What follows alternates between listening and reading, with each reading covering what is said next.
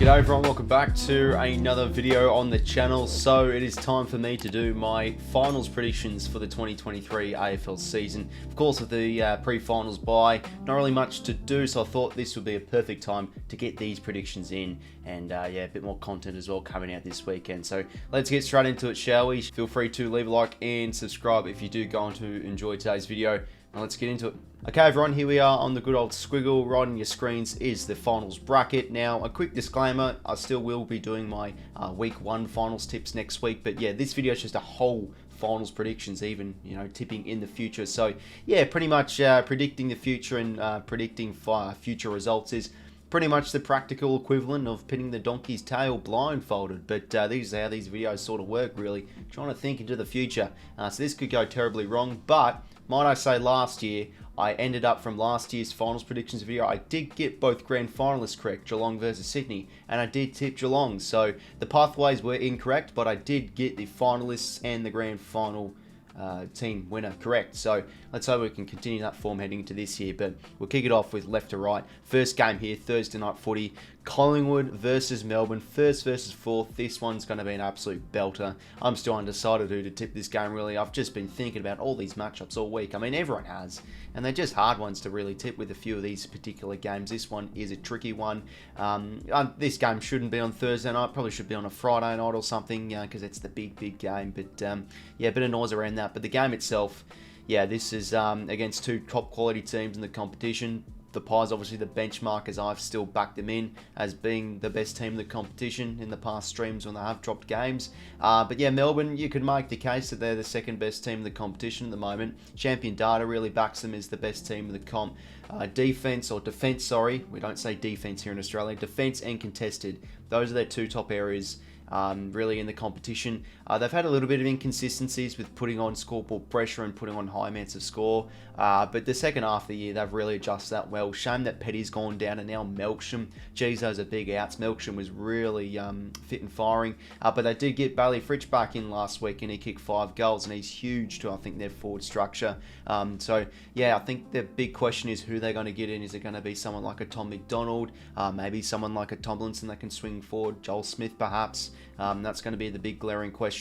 I think they are going to run with 𝐼𝐴𝐴. So yeah, it's just a big responsibility for whoever comes in, maybe even Ben Brown as well. It was confirmed that Nick Daicos won't be playing this first finals game, so still a bit of an out for Collingwood, but they will definitely get some strong additions back on the side, like your 𝐼𝙗𝐿𝐴, who has been out for a little bit. So yeah, both pretty strong lineups from what we can recall at this time of recording. It's just really who wins this game of footy. Both sides, MCG, obviously the D's beat the Pies earlier this year by a very small margin, but if you do recall your binds back to that game, Melbourne really should have won that game by more. They completely just outdid Collingwood in the defensive half, or they defended so well against them, they stifled their ball movement. This is the first game of the year that the Pies, the first game in a while that the Pies did lose at that time, and the blueprint was sort of unlocked to beat them. You've got to beat them with pressure, you've got to beat them with very good defensive setup, and you've got to eliminate their ball game and rebound off that turnover. So yeah, the D's are a very good turnover side. As I've said, they're very good defensively. Yeah, and the coalface, you know, Clary, another week into him, it's going to be important. He'll be more fit and raring to go. Does Brodie Grundy even come in? Does Gawn continue as the solo ruck? Yeah, I feel like it's a game where possibly defense could win the game. As they say, defense wins championships in the NFL, but Collingwood's movement, yeah, they've been a little bit inconsistent the past few weeks prior to finals. So am I expecting them to just snap the fingers, instantly play their best brand? It isn't as easy as it sounds. Like their form has been a little bit up and down, but last week they got it right against a soft Essendon outfit, it must be said. So yeah, it is a really tough one to tip here, but you know what, I'm going to be backing in Melbourne for this one. I think, again, I'm still really undecided with this, but I just think the defensive setup, how they defend the MCG is superb. This one's going to be an absolute ripper. I'm going to go Melbourne by 6 points, and they advance through to a home prelim and in the box seat to win the flag potentially. Moving on now to the first elimination final, Carlton versus the Sydney Swans. Now, as a lot of neutrals are saying this one, look, this one could be probably one of these games where it could be an easy win for Carlton. They could win by 30 plus points. I can definitely see that happening. The Swans, pretty much making finals off a technicality, I guess you can say, or technicality error with that goal umpire whatnot, but they still do, in the bigger picture, deserve their spot. Their second half of the year has been very good. Their form has been great, but the issues that still glare for them is their fourth quarters. They have been terrible in the fourth terms this year. They had another poor fourth quarter against Melbourne to drop their game last round of the season. Definitely the contested game and the clearance game's been a little bit inconsistent as well. But where they have been very good is they're defending much better in the second half of this year. They're defending really well as a back six when the ball goes to ground level. They're very good at rebounding. They can obviously put on a bit of a score from transition the ball from D50. They have those avenues towards goal as well in their forward half. 𝐓𝐡𝐞 will be coming back into this game. So they've got the X-Factor plays and especially the finals experience. You just feel like maybe that experience or maybe a little bit more of that X-Factor in their forward half could maybe really put the Blues defence under heavy duress. But yeah, it's an interesting one to look at with Carlton. They dropped their... well, actually, if you really think about it, the last 2 or 3 weeks or so, you know, the game where they really could have lost against the Suns, I thought they were pretty mediocre, and they definitely were not so great against the Giants. And fair enough, Carlton fans will say, well, it was a bit of a dead rubber game, but you know, you sort of want to play good footy prior to finals, and it was a bit of a soft game from them, but they didn't have many of their mids. They had 𝐓𝐴𝐷 out, so I feel like as well with Carlton, they should be getting a few reinforcements back in, like your Paddy 𝐓𝐴𝐷, so that's going to be huge. Sam Doherty as well will be coming back from the team, so yeah, there's some big inclusions there for Carlton. Of course, when you really think about it mentally, it's going to be a massive crowd in front of the Blues' favour. You know, their first final series since 2013, I'm pretty sure, yes, it is 2013. So you just feel like they have that sort of mental advantage. The crowd's going to be behind them. The spirits are going to be up. And I can definitely see Carlton knocking the Swans out of the park here. But, you know, as a Swan supporter, I am... Just as I am pessimistic, I am optimistic, and I think the Swans can really get up for this game.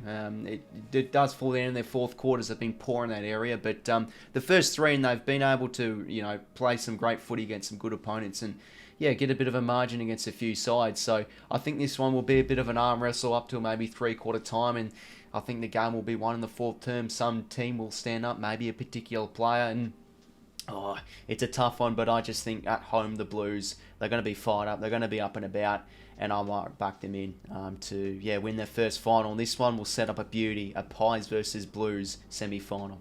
Now, the next game, we've got the Saints hosting the Giants for the second elimination final at the MCG.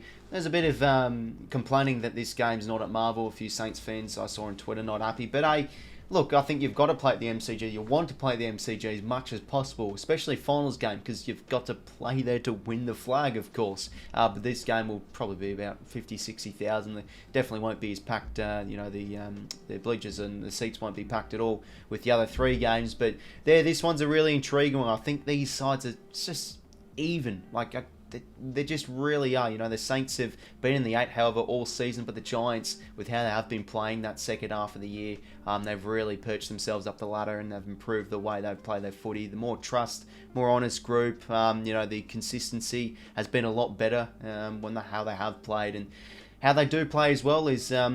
the Orange Tsunami, it isn't as good, or it isn't the same as a few years ago. There's a lot more kicking instead of hand passing involved, but they love to use the corridor, and I think on the big ground, the MCG, that's going to really suit them well, because they really do love to go by foot. They've got explosive plays, 𝐴𝐿, Tom Green in that midfield, even Callum Ward, who has a bit of impact per touch, especially in their forward half as well. Riccardi, Hogan, they have a few of those important role plays, those important cogs that can make an impact, and then you've got Toby Green pulling the strings and can always pull a few goals out of nowhere, and can definitely be a match winner. But for the Saints, they're definitely one of the top defensive teams in the competition. How they have been moving the ball has been much better the last few weeks or so. They've definitely proved myself and a lot of other people wrong with how they have finished off this year. So they definitely do deserve this final spot, and I think the Giants are coming in this one as slim favourites, but the Saints on the big ground of the MCG in front of a big home crowd, I can definitely see them get up for this one. The midfield did concern me against the Brisbane Lions last week though, so as much as the 𝐴𝐿 performance they did show,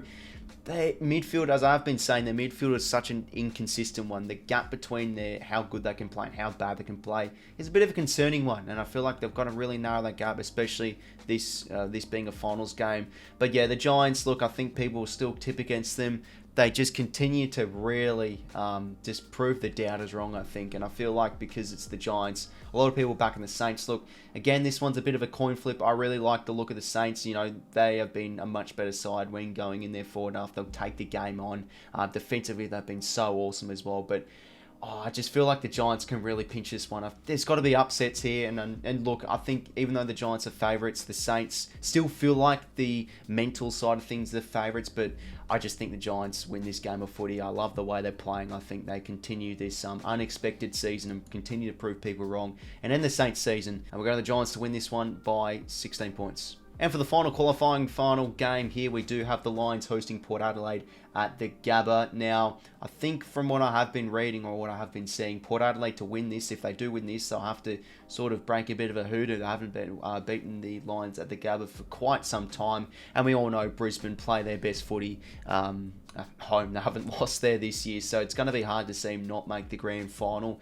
And, you know, this is just similar to any other home and away season tip. You know, you just see Lions at home, you back them in. But I do want to talk a little bit about both teams. Port Adelaide, they have winners, they have focal points in their forward half, and they have such an exciting, you know, group of players. Forward of centre, you know, we all know Rosie and Butters in their midfield, but you've got a few of the important role players. I don't think Charlie Dixon gets back. McKenzie might be an in.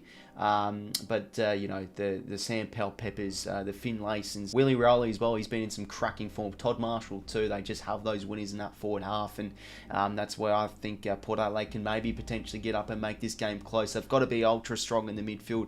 The Lions have been one of the top clearance teams in the competition this year. Defensively, they can still get found out from here to there, so maybe for a quarter or two, Port Adelaide push them, and I think this one could be a bit of a cagey affair, but Brisbane, just with they've been winning games off their forward half classiness. You know, Charlie Cameron Rayner, Lincoln McCarthy, a few of those important cogs, Zach Bailey.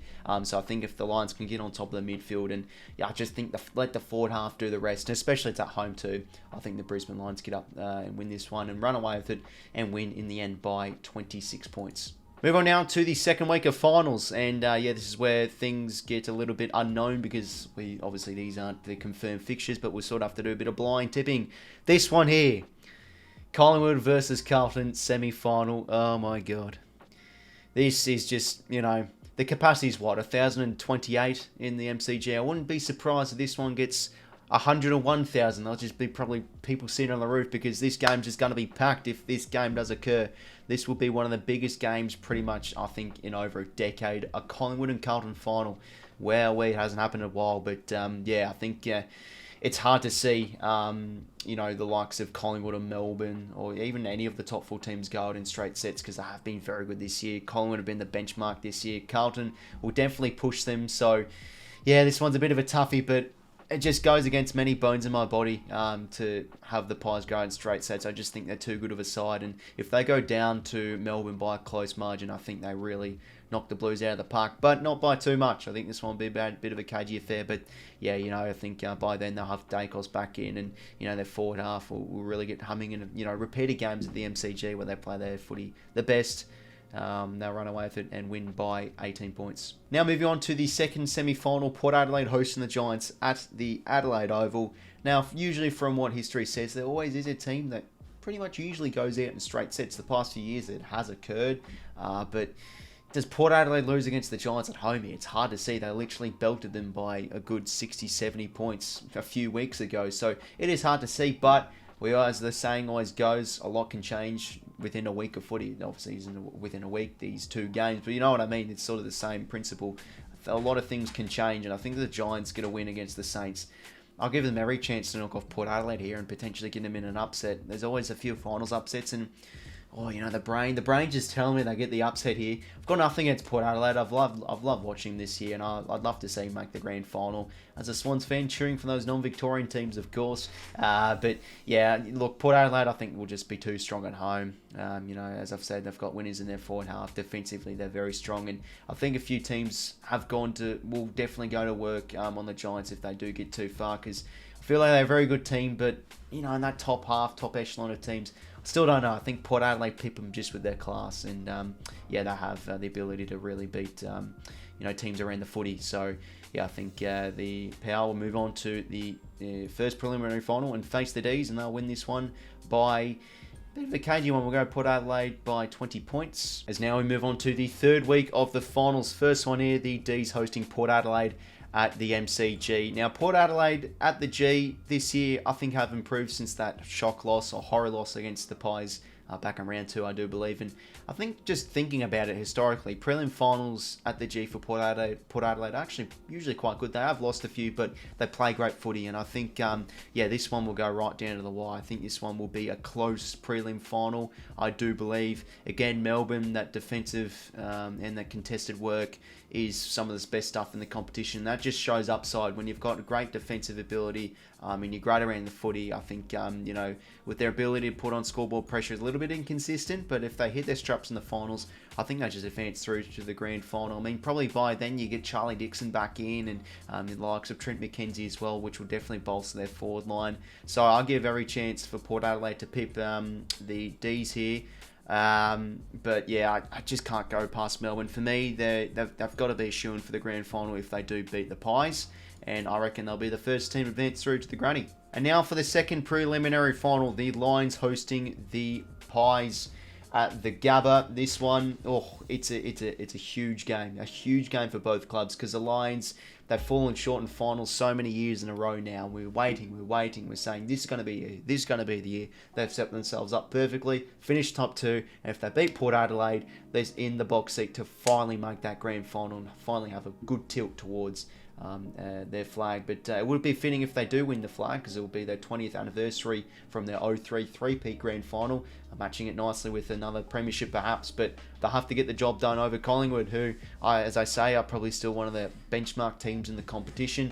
At the Gabba, they haven't lost this year, Brisbane, so because of that you could probably easily tip the Lions. But finals is an odd theme sometimes, and we do see upsets usually year after year. And the vision just tells me the Pies get just a classic win by like under a kick and a bit of an upset. And I can just see this in my vision. But I feel like in retrospect, looking at these tips, I've just gone vanilla. There's got to be a bit of spice. There's got to be a bit of oomph to this final series. And look, I'm not saying that for the sake of it, but it just always happens. But I just genuinely see this game as the Pies pinching it. It's not going to be totally out of this world if they do it. Some teams have come close to knocking off the Lions, but I do love Brisbane. I feel like they're a great chance to flag this year, but I reckon it would end in heartbreak. The Pies advance through to the granny and win a close one by 3 points. So here we are, everyone. Here is the grand final. Melbourne versus the Pies, back to what it was in the qualifying final. I think the Pies have been the benchmark this year, and because how I have loved them watch them play, I've sort of backed them in a wee bit when they have been a little bit out of form the past few weeks. Even though I can still see that maybe occurring, they haven't played that great prior to finals, which doesn't usually translate into them winning a flag. I just feel like, you know, the way they've played this year, they've been the benchmark. They've just been so good with moving the footy. Defensively, I think they'll really lift with Darcy Moore coming back in, obviously, across this whole final series.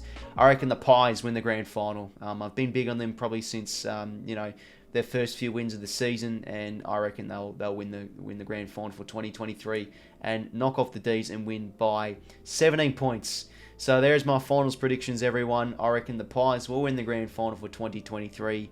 Cue the tears in the comments. No, I'm joking. Of course, people will disagree with me. It's really, really slim margins with these tips. I've tried to go with a few upsets. There's a few teams I really like, but this is finals. This is how it works. You know, there's got to be teams, unfortunately, for 17 teams, or for at least 7 teams here, their season win and heartbreak. And there you go. I reckon Collingwood win the grand final and knock off the D's. So yeah, that's pretty much my finals predictions, everyone. Feel free to comment down below and let me know what you did think of them, and also feel free to comment down yours down below as well, as this is always a heavily debated topic around this time of year. So everyone, that is the end of today's video. Make sure to leave a like and subscribe if you do go on to enjoy. Of course, I will be uploading a few videos throughout the weekend, perhaps with of course the absence of the footy this weekend, so make sure to stay tuned on the channel. And apart from that, everyone, I will talk to you later. See you later, fellas.